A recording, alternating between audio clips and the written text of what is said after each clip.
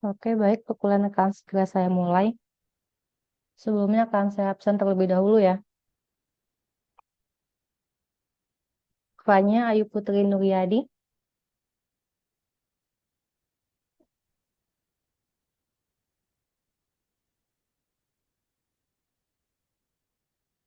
Lukman Nur Lazuardi, Maulana Yusuf, Sahla Fathiah Fikri, Al-Fatah Wibisono, Hadir, Bu. Alisa Nur Hafsah, Hadir, Bu. Angga Ditya,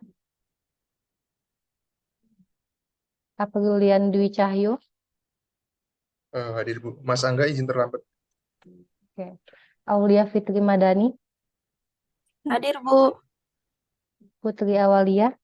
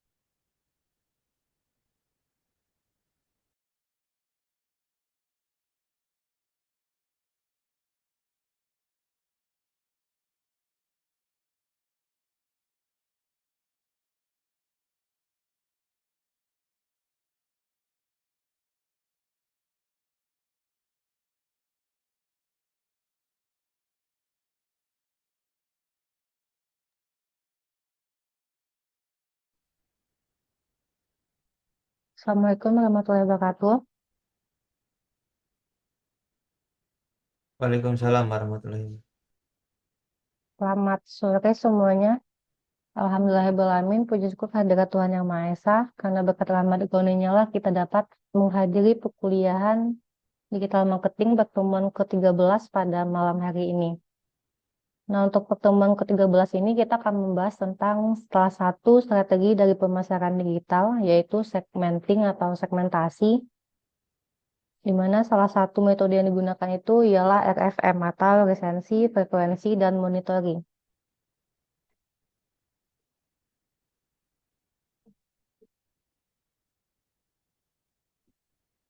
Nah, mungkin kita sudah tahu ya kalau misalnya di satu aplikasi itu ada yang dapat promo, ada yang tidak.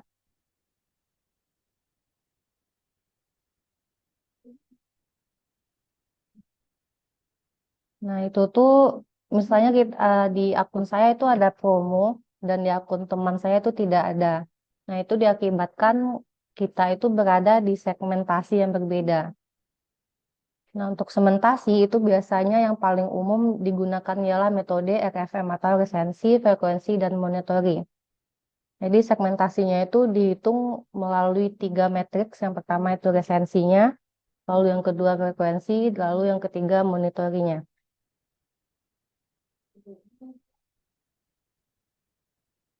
Jadi ini pendahuluannya ya, banyaknya data yang masuk sehingga membuat perusahaan atau toko online menjadi sulit dalam menentukan langkah yang tepat dan juga efisien. Hal ini juga bisa berdampak pada pengalokasian dana yang kurang tepat. Jadi solusi yang tepat yang dapat dilakukan toko online dalam bidang pemasaran produk dalam menarik pelanggan. Strategi pemasaran juga harus difikirkan karena jika segmentasi pemasaran tidak tepat, maka akan berakibat cukup fatal pada finansial perusahaan tersebut. Oleh karena itu, perlu kiranya suatu toko online itu melakukan berbagai tindakan pemasaran yang sekiranya bisa menaikkan income-nya. Misalnya strategi pemasaran dengan memberikan diskon kepada pelanggan tertentu atau bisa dengan memberikan potongan harga bagi yang sudah terdaftar menjadi member perusahaan atau badan usaha tersebut. Nah, bisa juga melalui pemberian hadiah atau door prize dalam produk tertentu jika dibeli dalam jumlah minimal yang telah ditetapkan. Jadi model RFM inilah yang merupakan teknik segmentasi pelanggan yang berbasis data yang memungkinkan perusahaan itu mengambil keputusan secara taktis. RFM ini menyimpan informasi waktu pembelian paling akhir, resensi, lalu frekuensi pembelian, atau seberapa seringnya pelanggan itu membeli di toko kita, dan yang ketiga itu sejumlah uang yang telah dihabiskan atau monitoringnya. Segmentasi tersebut itu bisa mengidentifikasi dan juga membagi pelanggan ke dalam kelompok yang homogen dan menargetkan mereka dengan strategi pemasaran berbeda dan disesuaikan, sehingga itu dapat meningkatkan kepuasan pelanggan dan retensi pelanggan.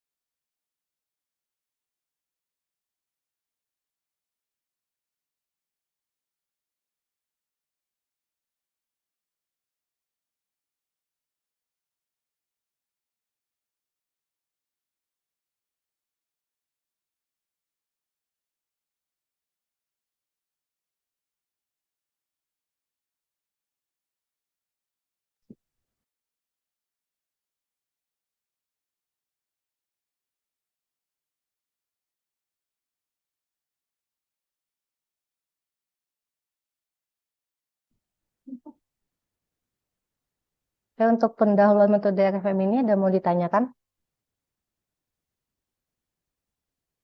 Jadi sudah tergambar nggak sih ininya kegunaannya?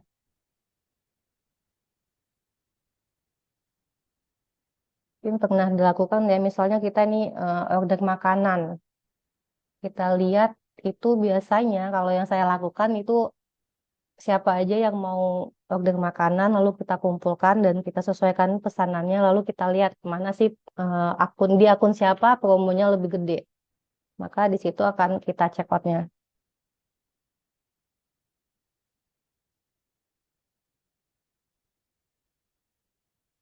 Jadi misal di teman kalian itu ada promo, sedangkan ya di akun kalian itu tidak ada, berarti itu karena segmentasi kalian itu berada di tingkat yang berbeda. Di mana itu dilihat dari resensinya, waktu pembelian paling akhir, lalu frekuensi pembelian, dan juga uang yang telah kita keluarkan di akun tersebut. Terus sejauh ini sudah dipahami kan untuk metode RFM?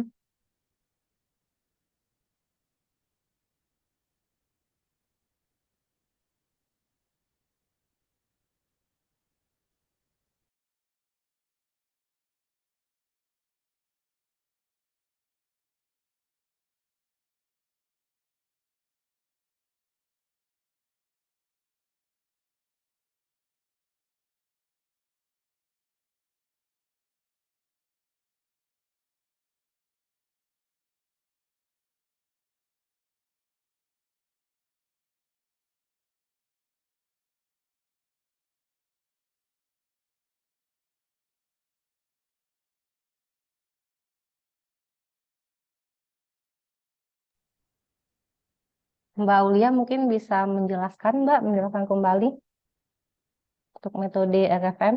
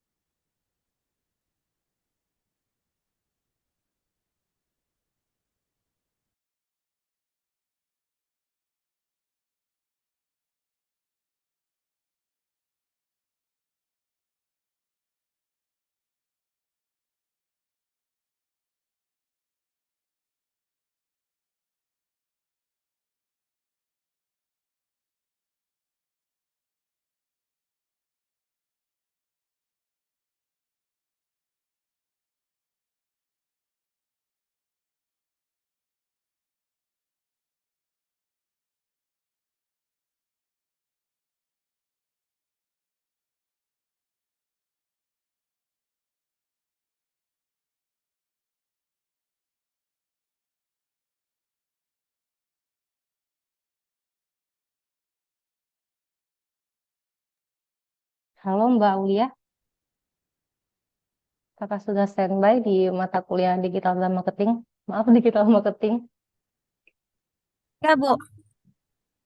Oke, bisa dijelaskan ulang untuk metode RFM, contoh nyata di kehidupan kita tentang penerapan metode RFM. Sebentar.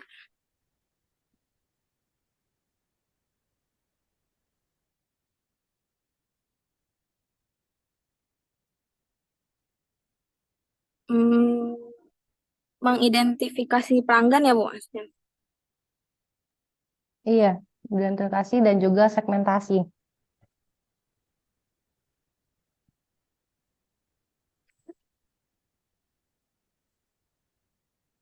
Untuk penerapannya, Mbak, Penerapannya. ya yang berhubungan dengan RFM di kehidupan kita sehari-hari untuk segmentasi pelanggannya. Penerapannya.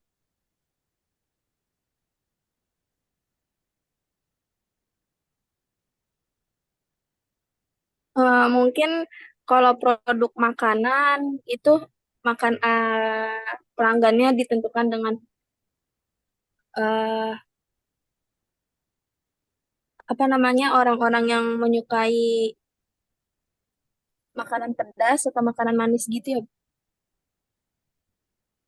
Oke, jadi tadi nggak nyimak ya penjelasan saya. Iya, Bu, tadi lagi ditinggal bentar. Oke.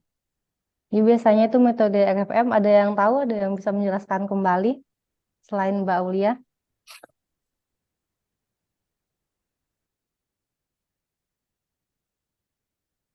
Ya, Mbak, makasih ya, Mbak.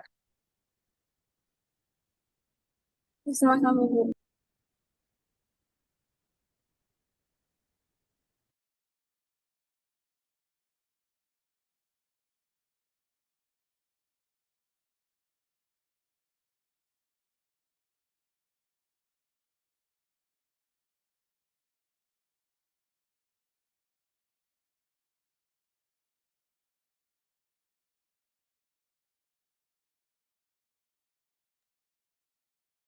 Yang lain ada yang bisa menjelaskan untuk penerapan metode RFM yang sering kita temui di kehidupan sehari-hari?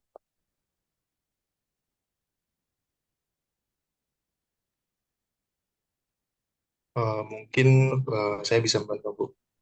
Kita lanjut Mas Aprilian Wicahyo. Oke, untuk contoh real case-nya penerapan RFM di kehidupan nyata atau di e-commerce saat ini mungkin segmentasi diskon ya, Bu ya. Iya, betul. Diskon contoh di Grab atau Gojek, GoRed ataupun Grab Hmm, Ride gitu. Nah, di sana kita bisa lihat siapa yang sering pakai mungkin ya, siapa yang sering pakai hmm, Grab gitu. Diskon dia akan lebih besar ketimbang yang jarang gitu. Contoh misalkan saya sering menggunakan Grab, hmm. kemudian Grab memberikan segmentasi bahwa saya bisa dibilang eh, aktif user gitu. Kemudian ibu jarang menggunakan sesekali menggunakan Grab gitu. Hmm. Ketika kita menggunakan pesen Grab, terus kemudian kita menggunakan diskon, bisa jadi ibu tidak mendapatkan diskon, saya mendapatkan diskon. Nah, mungkin seperti itu Bu, contohnya. Oke, kita tampung dulu ya eh, jawaban dari Mas Aprilian Wicahyo. Jadi kita lihat apakah sesuai dengan penerapannya. Makasih ya, Mas. Sama-sama Bu.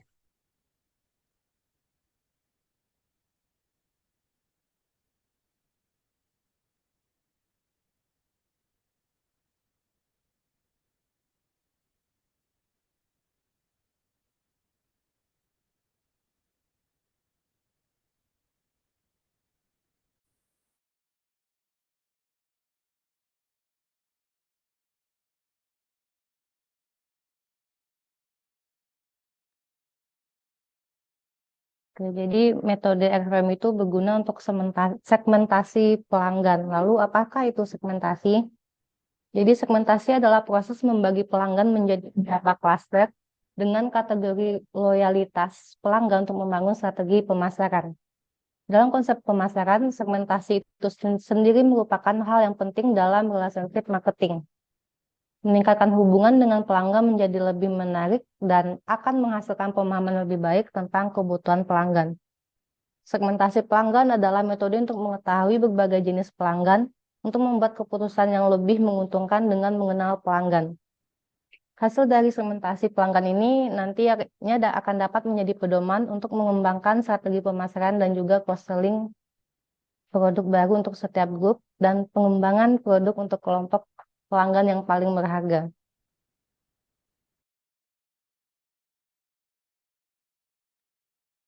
Jadi segmentasi pelanggan adalah proses membagi basis pelanggan menjadi kelompok-kelompok yang homogen yang berbeda untuk mengembangkan strategi pemasaran yang berbeda sesuai dengan karakteristiknya.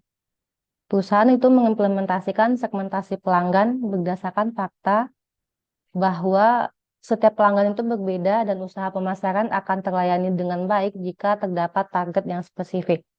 Segmentasi umumnya itu digunakan untuk mendapatkan wawasan tentang sikap pelanggan, keinginan, pandangan, preferensi, opini tentang perusahaan, dan juga kompetisi. Nah, di sini ada beberapa segmentasi yang telah berlaku di dunia ini.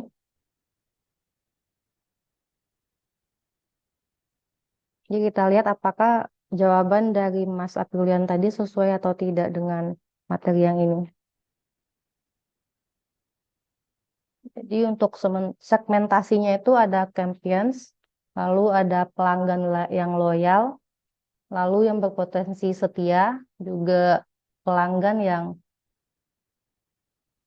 apa namanya yang baru-baru ini menjadi pelanggan, lalu yang menjanjikan, lalu pelanggan yang membutuhkan perhatian, dan juga ada pelanggan yang akan segera tidur atau sudah tidak aktif lagi.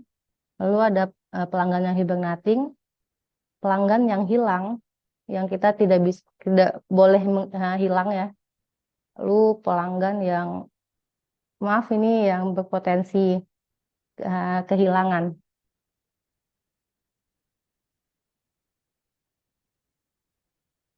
Lalu untuk segmentasi yang Champions ini biasanya itu terdiri dari pelanggan yang paling berharga bagi perusahaan, di mana itu mereka membeli barang kita itu baru-baru ini dan juga sering membeli dan juga itu menghabiskan banyak uang di toko kita. Nah, untuk strategi pemasarannya itu biasanya itu dilakukan memberikan penghargaan dan juga melibatkan mereka dalam program loyalitas. Hal ini nantinya akan dapat membantu membangun hubungan yang lebih kuat dengan mereka dan mendorong mereka untuk terus membeli di perusahaan kita. Lalu ada pelanggan yang setia, di mana ini segmentasi ini terdiri dari pelanggan yang secara konsisten itu menghabiskan uang di toko kita.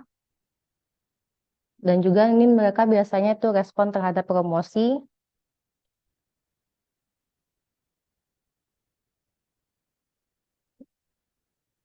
Dan pelanggan yang loyal ini itu merupakan pelanggan yang berharga juga dan penting juga untuk kita. Jadi strategi yang tepat itu menawarkan produk bernilai tinggi kepada mereka, meminta ulasan juga, dan melibatkan mereka dalam kegiatan pemasaran. Lalu ada pelanggan yang potensial. Segmentasi ini terdiri dari pelanggan yang baru-baru ini telah menghabiskan banyak uang dan membeli lebih dari sekali. Mereka ini akan berpotensi menjadi pelanggan yang setia, tetapi mereka itu masih perlu diyakinkan. Strategi yang tepat itu menawarkan program keanggotaan atau loyalitas kepada mereka dan merekomendasikan produk lain kepada mereka. Lalu segmentasi pelanggan yang keempat itu ada pelanggan yang baru-baru ini telah berbelanja di toko kita. Di segmentasi ini terdiri dari pelanggan yang baru-baru ini membeli produk kita, tapi tidak sering. Nah, strategi yang tepat itu ialah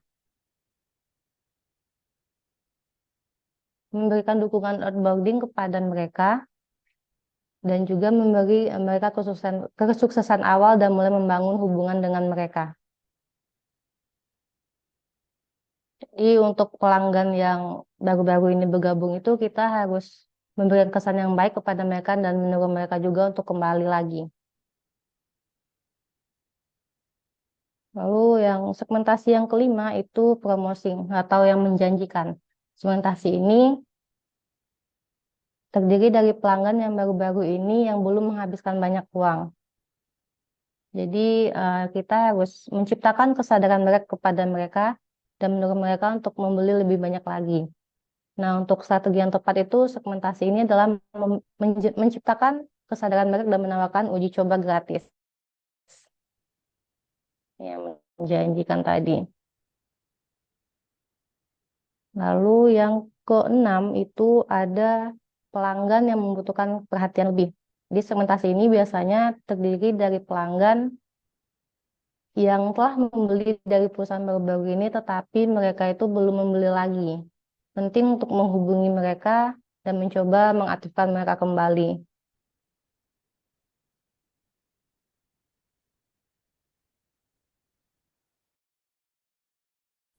Nah, untuk strategi yang tepat itu membuatkan eh, namanya itu kan dalam waktu terbatas.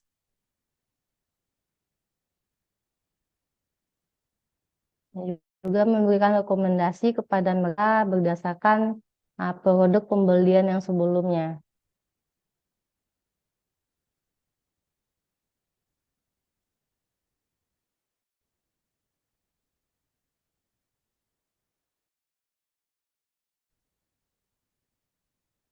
Lalu pelanggan yang memungkinkan dia tidak aktif lagi.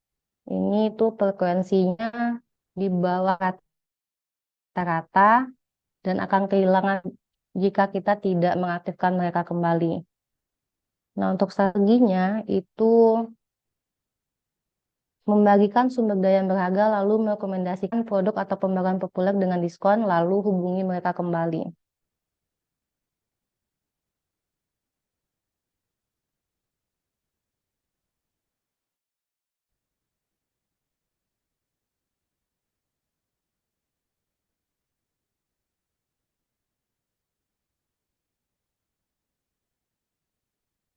Selanjutnya itu yang hibernating. Jadi ini biasanya mereka itu pembeliannya sudah beraktif lama, lama sekali dan pengeluarannya rendah dan jumlah pesanannya juga rendah. Strategi yang tepat itu tawarkan produk relevan lainnya dan juga diskon khusus. Lalu ciptakan kembali nilai merek kita. Lalu yang selanjutnya itu yang loss atau hilang. Biasanya itu melakukan pembelian terbesar dan seringkali tapi belum kembali dalam waktu yang lama.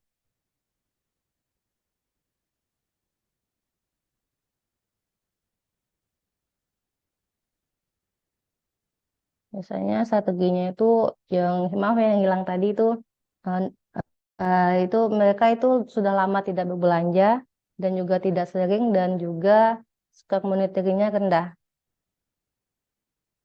Biasanya ya di reach kembali dengan dengan iklan kita ataupun mengabaikan mereka juga tidak apa-apa.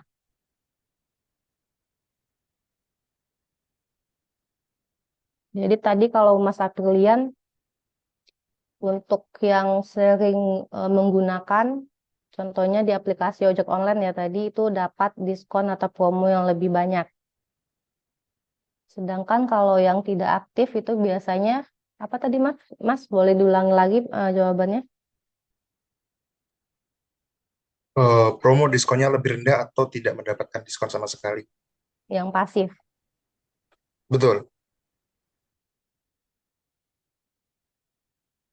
Ya, jadi kalau menurut saya yang pasif harusnya itu lebih banyak dikasih diskon. Jadi mereka akan balik lagi kepada kita. Nah, ini kayak customer yang membutuhkan perhatian lebih. Dibuatkan penawaran yang dalam waktu terbatas. Atau ada pendapat yang lain untuk segmentasi pelanggan?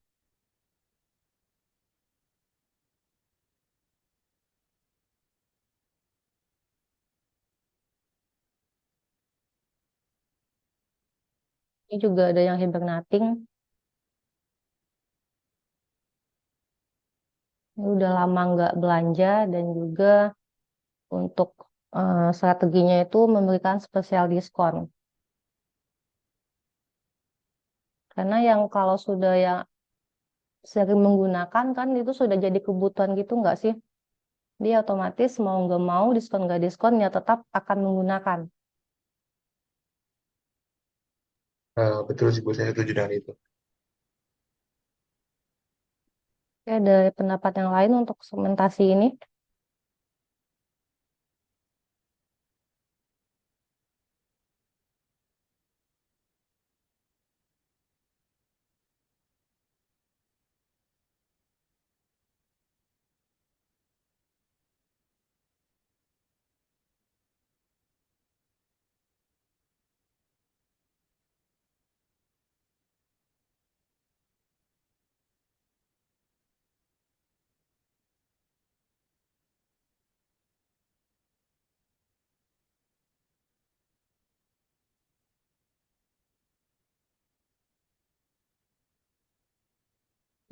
Jadi sebelumnya itu kan kita bisa menggunakan ESP atau email service provider yang sudah ada otomasi segmentasinya.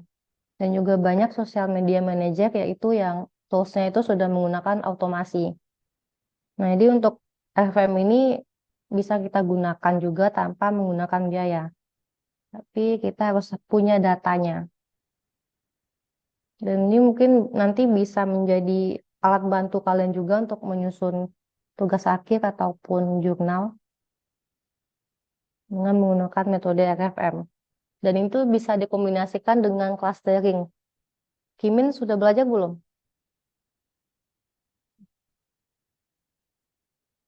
Data mining atau data science sudah belajar?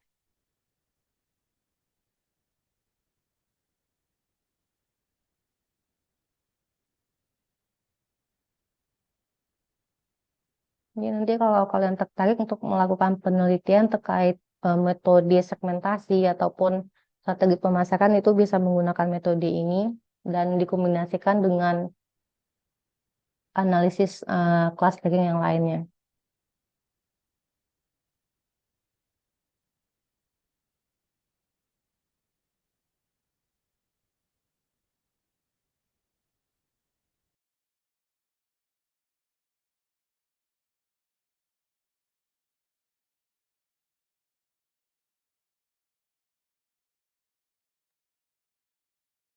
Saya absen lagi ya.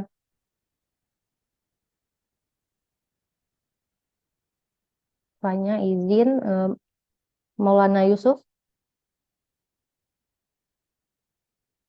Hadir, Bu.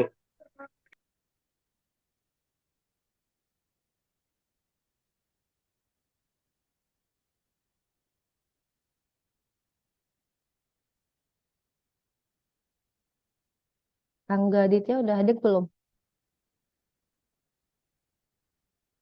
Putri Walia. Hadir, Bu.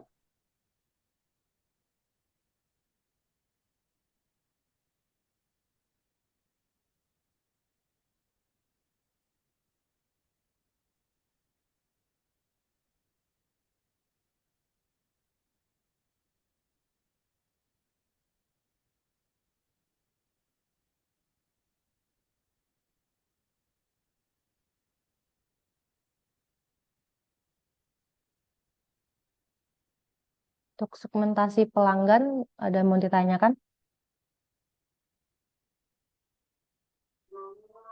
Ibu, saya ada pertanyaan. Oke, Mungkin lanjut ya, Mas. Bu, dalam satu aplikasi eh, marketplace online, contohnya yang saya pakai di sini Tokopedia, satu pelanggan itu bisa disegmentasikan banyak macamnya, Bu. Jadi kalau di Tokopedia itu kan ada member silver, Hmm. gold, gitu-gitu kan. Nah, itu tandanya kan kita harus semakin sering membeli untuk mendapat eh, apa keuntungan yang lebih Member. gitu kan. Nah, tapi kadang juga ada pelanggan yang jarang beli, justru dia yang dapat vouchernya gitu, Bu. Itu kan apa kebalikan ya dari segmentasi silver, gold, dan platinum itu ya, Bu. Ya, untuk yang member itu biasanya itu penawarannya di door prize biasanya yang banyaknya. Nah, kalau untuk diskon itu memang digunakan untuk menarik pelanggan yang jarang berbelanja. Jadi yang jarang belanja itu akan ditarik dengan diskon-diskon yang ada. Sedangkan untuk yang sudah member itu biasanya ada door prize dan eh, mungkin ada juga penawaran dengan produk minimal beli segini dapatnya diskon segini. Jadi kalau untuk apakah berada di segmen yang berbeda, kalau menurut saya itu tidak. Dan juga sesuai dengan materi yang saya bagikan tadi itu sudah ada segmentasinya dan juga ada yang segmentasi itu pelanggan yang mana yang menjadi karakteristiknya, lalu apa saja strateginya. Jadi satu pelanggan hanya ada di satu segmentasi. Oh, berarti apa? Diskon itu diskon member itu termasuk RFM juga ya, Bu? Iya, Jadi dia RFM, nggak jauh beda juga dari segmentasi gitu. ya betul. Dan itu Oke, campaigns. oke. Jadi kan di segmentasi ini ada yang campaigns ini. Nah, itu biasanya yang memang sudah menjadi kebutuhan bagi mereka aplikasi ataupun e-commerce tersebut.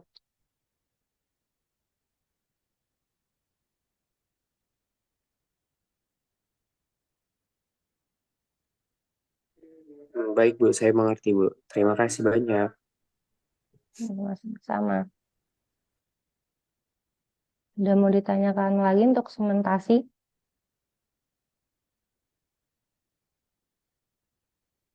Nah, ini juga ada potensial yang loyalisnya.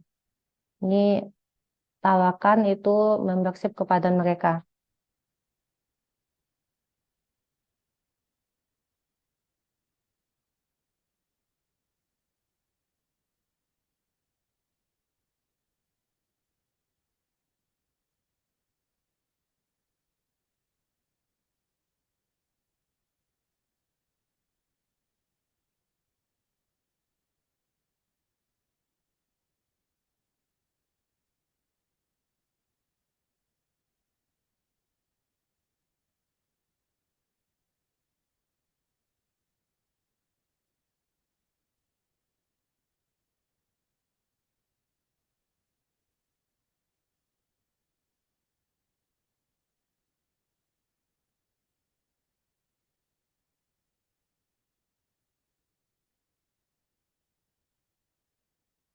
Yang untuk KP udah pada bimbingan atau belum ya?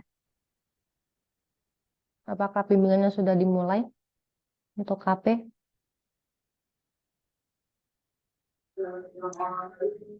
Saya sudah mulai Bu sekitar 3 minggu lalu. Bimbingan bab 1 dan bab 2. Oke.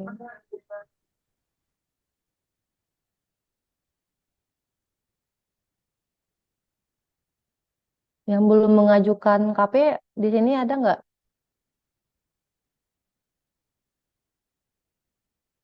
Atau belum memberikan surat surat pengantarnya?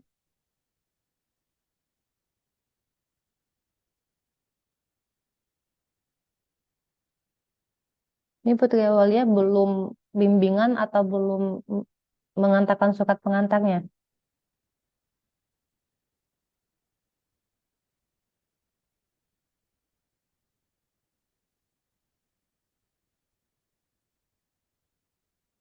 Belumnya kenapa Mbak kalau boleh tahu?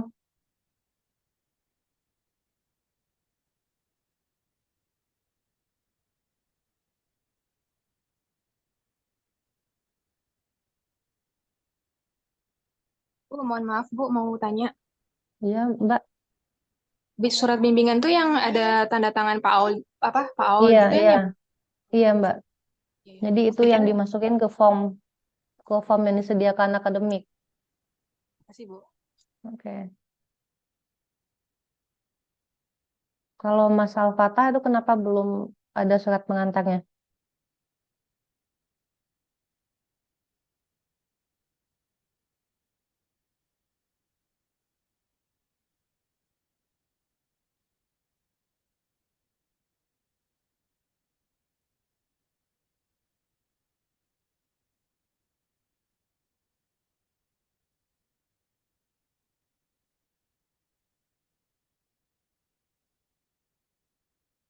Oke.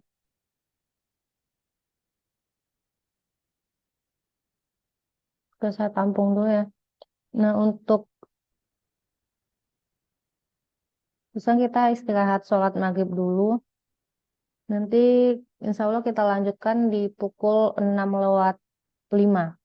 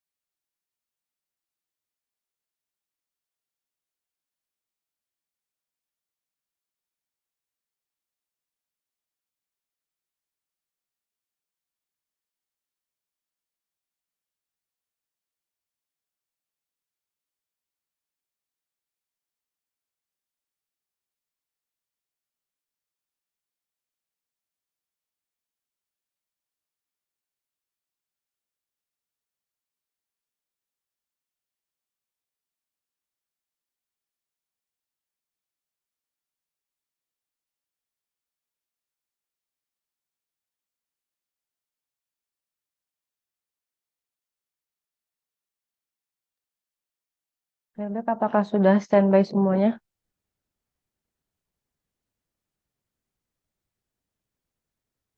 Oke, kita lanjut ke cara penggunaan metode RFM. Jadi metode RFM ini dapat digunakan untuk menganalisa data histori transaksi pelanggan, karena metode ini itu mampu menganalisa karakteristik pelanggan berdasarkan database transaksi pelanggan dengan membentuk ke dalam 3 variabel utama, yaitu resensi, frekuensi, dan juga monitoring. Di mana resensi ini merupakan jarak dari waktu transaksi terakhir kali dilakukan dengan waktu dilakukannya penelitian atau analisanya. Variabel resensi ini diperoleh dari selisih waktu transaksi yang terakhir kali dilakukan oleh masing-masing pelanggan dengan tanggal yang telah ditetapkan untuk penelitian. Nah, ini ada rumusnya untuk nilai resensi, yaitu RI, di mana itu nilai resensi pada pelanggan ke-1 sama dengan TP, atau waktu acuan yang ditetapkan untuk penelitian dikurangi dengan TI, atau waktu transaksi yang terakhir kali dilakukan oleh pelanggan ke I.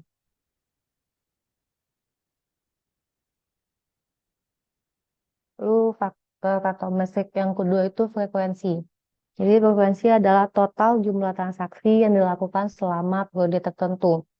Variabel frekuensi itu diperoleh dari jumlah transaksi yang dilakukan oleh masing-masing pelanggan dengan mengagregasikan semua data berdasarkan setiap pelanggan.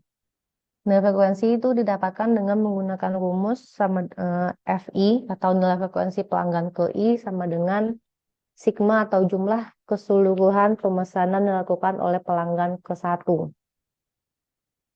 di mana itu dihitung dari banyaknya transaksi selama periode penelitian. Lalu matriks yang kedua itu monetary, atau total nilai produk dalam bentuk uang pada periode tertentu. Variabel monetary itu diperoleh dari jumlah total pendapatan yang diperoleh perusahaan berdasarkan masing-masing pelanggan. Untuk nilai monetary-nya didapatkan dengan persamaan rumus MI, atau nilai monetary pada pelanggan KI, sama dengan jumlah semuanya dari pengeluaran yang dilakukan pelanggan KI dalam bertransaksi selama periode penelitian. Nah, untuk langkah-langkahnya, yang pertama itu menyiapkan data transaksi pelanggan. Jadi yang kita butuhkan itu tanggal transaksi terakhir pelanggan, lalu jumlah transaksi yang dilakukan pelanggan dalam periode tertentu, dan juga total nilai pembelian pelanggan dalam periode tertentu. Lalu yang kedua itu menentukan dan juga menghitung skor dari FM-nya.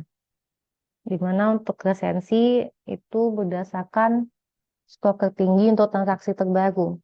Contohnya itu transaksi dalam 1 minggu terakhir bisa dikasih nilai 5 poin, 1-3 bulan itu 3 poin, 3-6 bulan 2 poin, besar dari 6 bulan mereka tidak bertransaksi itu berarti 1 poin. Nah, untuk poin dan skornya ini berdasarkan kebutuhan bisnis kita. Jadi nilainya itu tidak mutlak. Jadi kita perlu melakukan eksperimen. Lalu untuk skor yang kedua itu frekuensi. Jadi itu dengan menghitung total frekuensi transaksi pelanggan dalam periode tertentu. Contohnya itu bagi frekuensi ke dalam kategori misalnya rendah, itu kecil dari 5 transaksi. Untuk sedang itu 5-10 transaksi, dan tinggi itu lebih dari 10 transaksi dilakukan di toko kita. Lalu yang ketiga itu monitoring. Dihitung total jumlah pembelian pelanggan dalam periode tertentu, contohnya itu bagi nilai pembelian ke dalam kategori misalnya yang bisa dikatakan rendah itu jika mereka hanya menghabiskan uangnya itu 1 juta, sedangkan sedang itu 1-5 juta, dan tinggi besar dari 5 juta. Nah, setelah itu kita lakukan segmentasi pelanggan. Jadi dibuat tabel dengan skor FRM untuk setiap pelanggan, lalu gunakan kombinasi skor FRM untuk mengelompokkan pelanggan ke dalam segmen yang berbeda. Nah, ini contohnya. Untuk dikatakan bisa mereka itu pelanggan VIP jika skor resensinya tinggi, frekuensinya tinggi, dan nilai pembeliannya tinggi. Yang potensial itu skor resensinya tinggi, frekuensi sedang, dan nilai pembeliannya sedang.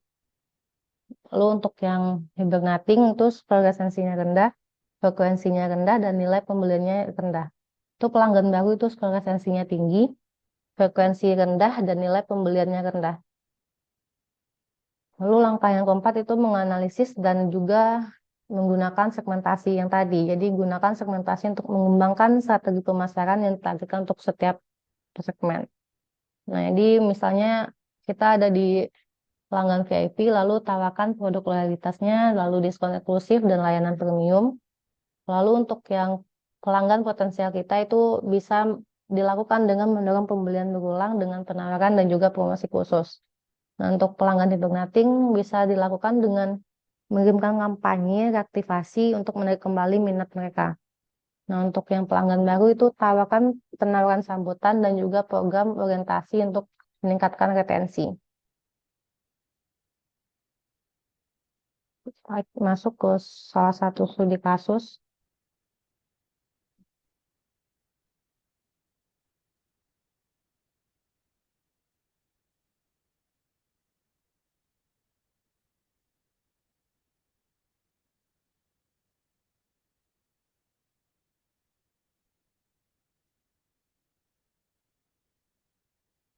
Ini adalah salah satu studi kasus di perusahaan X, di mana ini segmentasinya berdasarkan segmentasi yang umum digunakan di dunia bisnis, yang sudah saya jelaskan tadi.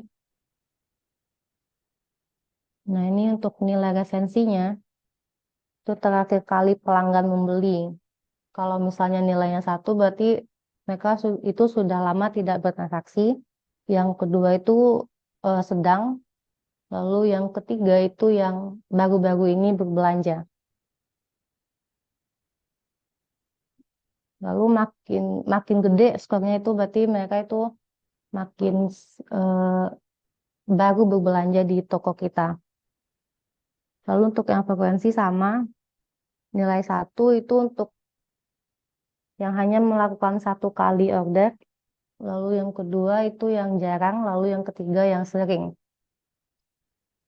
Nah, lalu untuk monitoring yang skornya 1-3 juga. Untuk 1 itu yang mengeluarkan uangnya sedikit. Lalu yang kedua itu sedang, yang ketiga itu banyak mengeluarkan uang di toko kita. Jadi kita tentukan untuk segmentasinya dan juga strategi apa yang akan ditetapkan itu berdasarkan yang ini. Nah, ini data yang saya peroleh. Jadi ada customer ID, lalu nomor unik atau sell order name untuk masing-masing transaksi, lalu jumlah uang yang dikeluarkan ini dalam USD, lalu tanggal ordernya. Nah, ini untuk scoring. Nah, untuk scoring ini itu nilainya itu tidak mutlak ya atau tidak harus begini, tapi ini berdasarkan kebutuhan bisnisnya kita. Ini 3-3-3 ini maksudnya itu nilai resensinya 3, frekuensinya 3, dan juga monitoringnya 3. Jadi disegmentasikan ke champions kalau skornya 3-3-3. Ini 3-3-2 maksudnya itu nilai resensinya 3, frekuensinya 3, dan juga nilai monitoringnya 2. Jadi itu masuk ke segmentasi pelanggan yang loyal.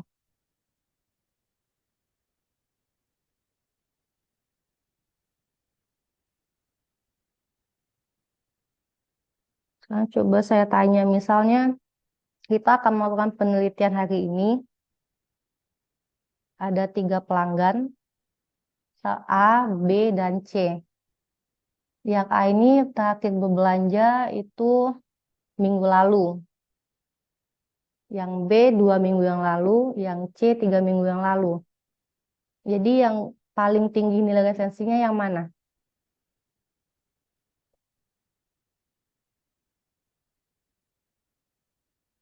Dan bisa menjawab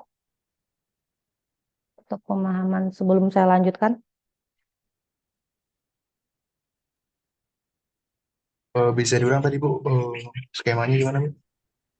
Jadi tentukan ya nilai resensinya yang itu ini ada 3 pelanggan. Yang pelanggan A itu berbelanja di toko kita 1 minggu yang lalu, yang pelanggan B 2 minggu yang lalu, yang pelanggan C itu 3 minggu yang lalu. Di antara A, B, C ini coba dikasih skor resensinya. Untuk pelanggan A itu skornya berapa untuk resensi? Bentar, Bu.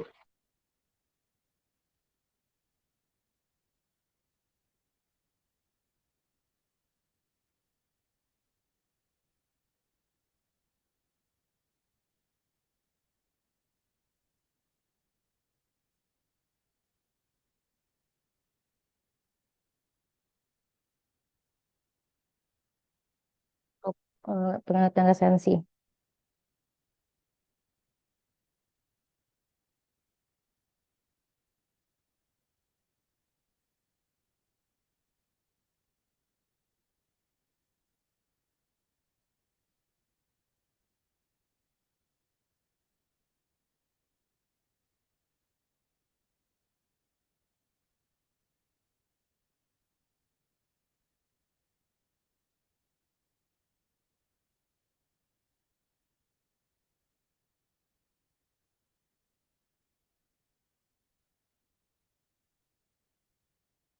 Saya ulangi ya. Jadi itu ada 3 pelanggan, sebut saja A, B, dan C. Nah, yang A ini transaksi terakhirnya itu 1 minggu yang lalu, yang B itu 2 minggu yang lalu, yang C 3 minggu yang lalu. Coba dikasih nilai resensinya untuk A, B, dan C. Baik Bu, untuk Oke. nilai resensi dari 3 pelanggan tersebut, ini Hmm, perhitungan kasar ya Bu ya. Pelanggan A, dia apa namanya, nilai dia resensinya belanja. lebih tinggi. Oke. Kemudian diurutkan di pelanggan B dan terakhir C. Karena agar kita melihat dari lama waktunya. Kalau nggak salah tadi pelanggan A seminggu 1 minggu yang lalu ya Bu ya. Pelanggan A ya 1 minggu yang lalu, pelanggan B 2 minggu yang lalu, pelanggan C Ya, 3 minggu yang lalu. betul. Karena melihat dari lama waktu dia belanja. Oke. Jadi berdasarkan di skor tertinggi itu yang transaksinya terbaru. Di sini sudah dapat dipahami kan? Untuk resensi itu pelanggan yang transaksinya itu terbaru maka skornya tertinggi untuk nilai resensinya. Jadi saya lanjutkan ke perhitungan yang tadi.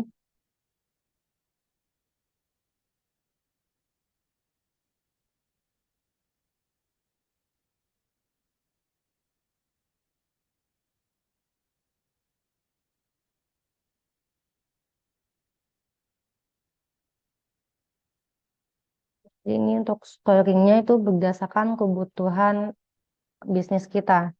Jadi nilainya ini tidak harus sama dengan ini. Setelah datanya ada, lalu scoringnya juga sudah kita bikin, lalu kita lakukan analisisnya. Dilakukan pivot table ya di sini.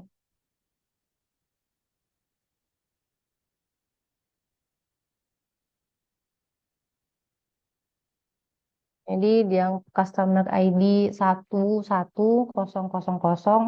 itu maksimal ordernya atau kali mereka dia berbelanja itu tanggal 8, maaf, tanggal 31 bulan 8 2022. Nah, dilakukan itu sebanyak 3 transaksi. Untuk uang yang di spend atau yang dihabiskan di toko kita itu $8.249. Nah, di sini dilakukanlah hitungan dari kita melakukan penelitian. Ini dikurangi dengan kapan customer yang 100 ini berbelanja. Jadi didapatkan hasil itu 242. Jadi untuk nilai resensinya itu 1. Nah, untuk frekuensinya, nah ini ya untuk skornya. Skor resensinya itu untuk nilainya yang 30, kalau misalnya kecil dari 30 itu nilainya 3 skornya. Misalnya untuk sense ordernya misalnya itu kecil dari 90 itu nilainya 2, kalau besar dari 90 itu nilainya 1. Jadi makin baru mereka belanja di toko kita, maka nilai resensinya itu tinggi.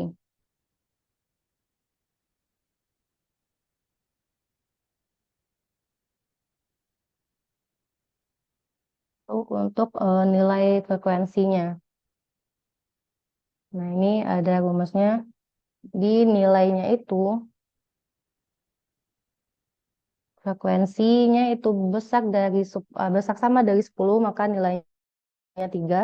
Kecil sama dari 3, itu nilainya 2. Dan kecil dari 3 itu nilainya 1. Jadi karena dia belanjanya itu 3 kali, maka skornya itu 2. Jadi ini besar sama dengan 3, maka skornya 2. Lalu untuk monitoringnya. Nah, ini untuk ketentuannya itu banyak yang dikeluarkan. Kalau misalnya besar sama dengan 5.000, itu nilai skornya itu 3 untuk nilai monitoringnya.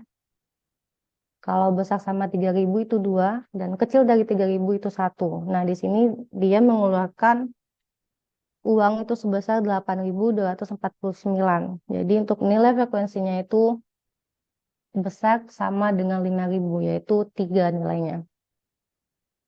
Di nilai FFM-nya berarti 1, 2, dan 3. Nah, kita lihat di scoring yang tadi. 1, 2, 3 itu masuk ke segmen yang mana? Nah, di sini 1, 2, 3 itu masuk ke hibernating. Ini masuk ke pelanggan yang 11000 ini masuk ke segmen pelanggan yang hibernating. Nah, itu apa yang perlu dilakukan? Jadi harus menawarkan produk yang relevan dan juga menyiapkan spesial diskon, dan juga kita harus membangun citra merek yang lebih baik lagi.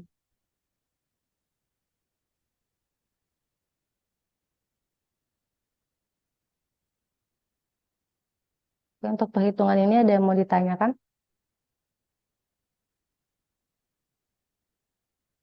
Apakah penjelasan saya dapat dipahami? Dapat dipahami, Bu. Itu tadi yang jawab Mas Maulana Yusuf ya. Iya, Bu, betul. Nah, coba yang untuk customer 11001, Mas. Coba dijelaskan.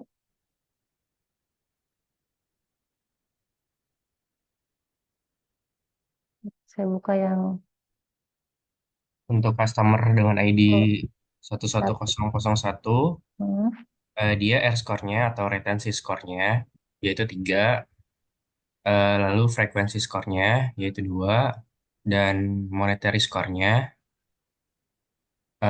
yaitu 3. Jadi nah, yang RFM-nya, ya Bu, ya lanjut Mas. jadi kode RFM-nya adalah 323, yang artinya dia masuk ke dalam segmentation potensial loyalis. Hmm, Dan potensial loyalis itu harus, nah saya nggak hafal Bu yang itu ya, harus diapain. hmm. Nah, Kalau untuk potensi. ya, coba ininya dapat skor 3-nya itu dari mana?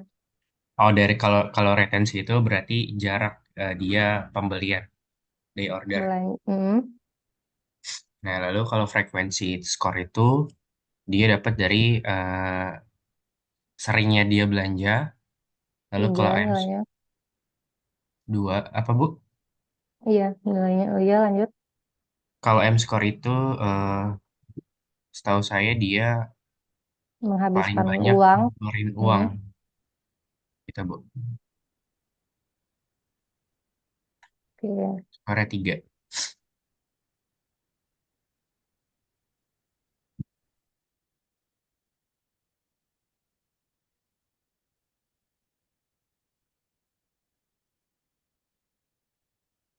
Nah, coba untuk yang Customer ID 11012, ada yang bisa menjelaskan?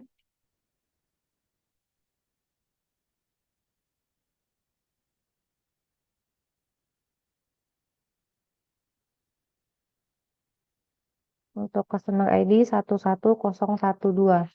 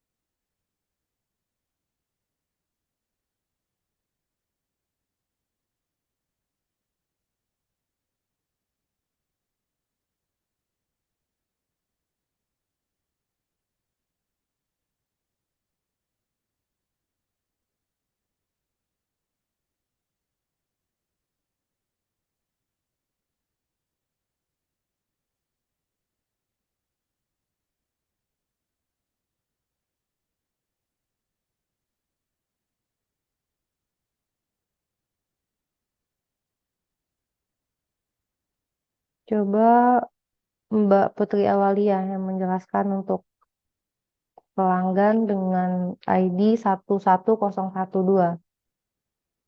Itu kenapa skornya bisa, untuk resensinya kenapa bisa 2, untuk frekuensinya itu 1, dan untuk monitoring skornya itu 1. Bisa menjelaskan Mbak itu kenapa nilainya bisa 211?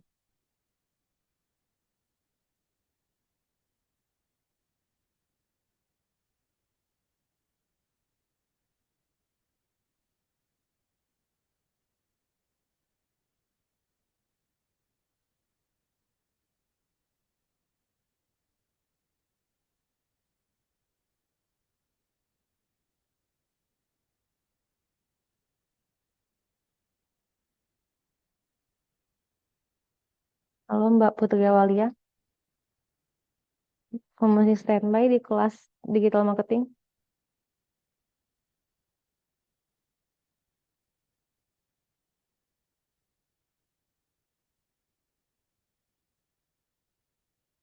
Oke.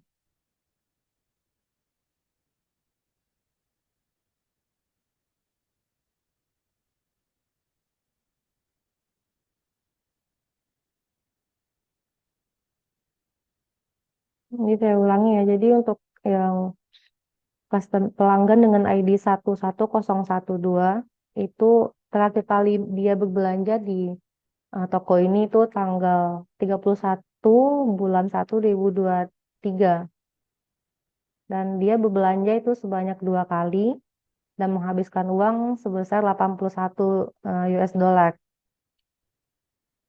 Jadi di sini dari sensor darknya, jadi selisih waktu kita melakukan penelitian ini dengan waktu dia berbelanja itu 89 hari. Bukan kita ya yang melakukan penelitian ini. Nah, jadi untuk resensi skornya itu 2. Kenapa 2? Karena dia itu nilainya kan 89 ya. Nah, 89 itu masuk ke kategori yang kecil sama dengan 90.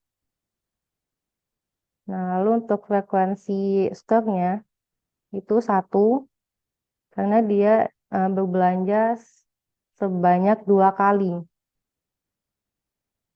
Karena kecil dari 3 itu nilainya 1.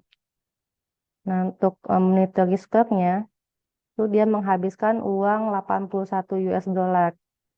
Nah, di mana itu masuk di kategori yang ketiga ini, kecil dari 3.000. Ini dia masuk ke RFM yang 211. Kita lihat di segmentasi yang tadi. Kalau untuk 211 itu berarti can loss them. Lalu kita lakukan strategi pemasaran yang tepat.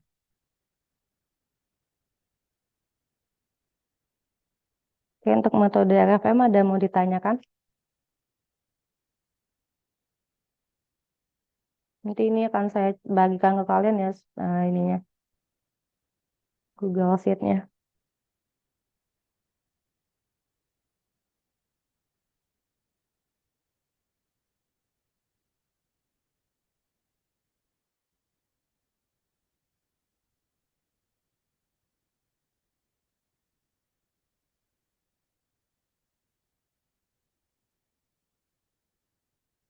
Di kelas ini ada yang topik penelitiannya tentang digital marketing nggak? Topik KP-nya.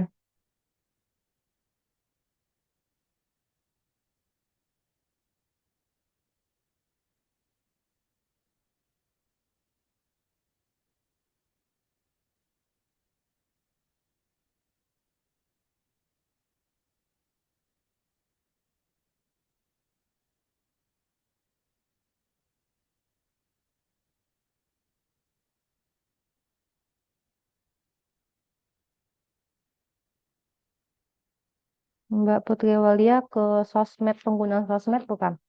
Untuk KP-nya.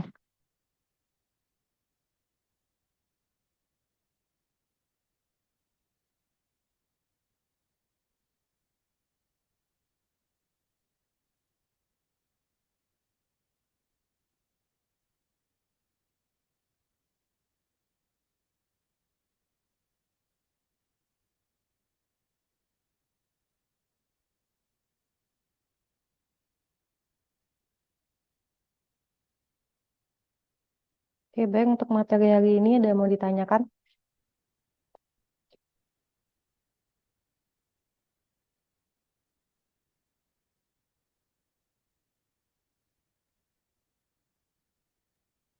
Dari saya cukup, Bu. Oke. Untuk Google Cloud udah jalan berapa persen?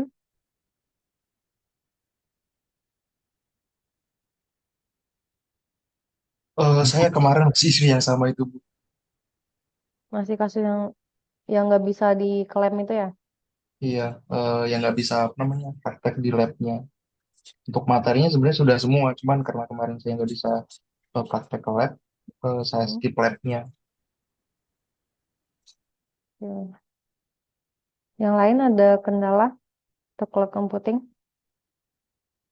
Itu Bu, untuk lab yang di kos 4 itu tuh ada salah satu perintah untuk bikin Hmm, data proc. Nah, data proc itu proses loadingnya lama banget Bu. Dia ngabisin waktu course-nya Bu. Jadi oke. perintahnya dia harus bikin klaster di data proc tersebut. Nah, apa bikin klasternya itu lama banget Bu. Bisa lebih dari 30 menit. Sedangkan waktu Hmm, kuisnya itu 30 menit, jadi 40, udah habis dulu. 45 menit ya? Iya, betul Bu. Itu Hmm, itu loadingnya dari sananya atau emang kayak dari sananya sih, dari servernya Bu. Dari server oke. Google-nya gitu. Hmm. Kendalanya itu sih Bu.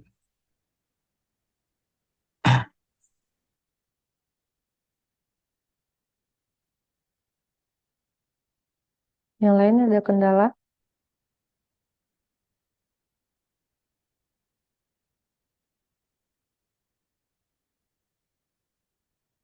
Ini masih banyak ya yang belum mengerjakan sama sekali.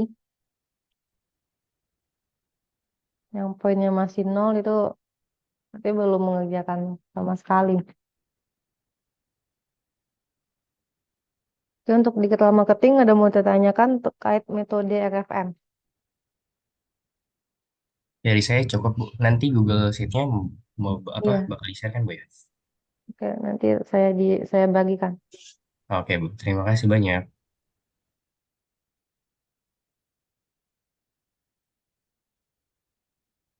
Oke, baik. Untuk materi pertemuan ke-13 pada hari ini, saya cukupkan sampai di sini.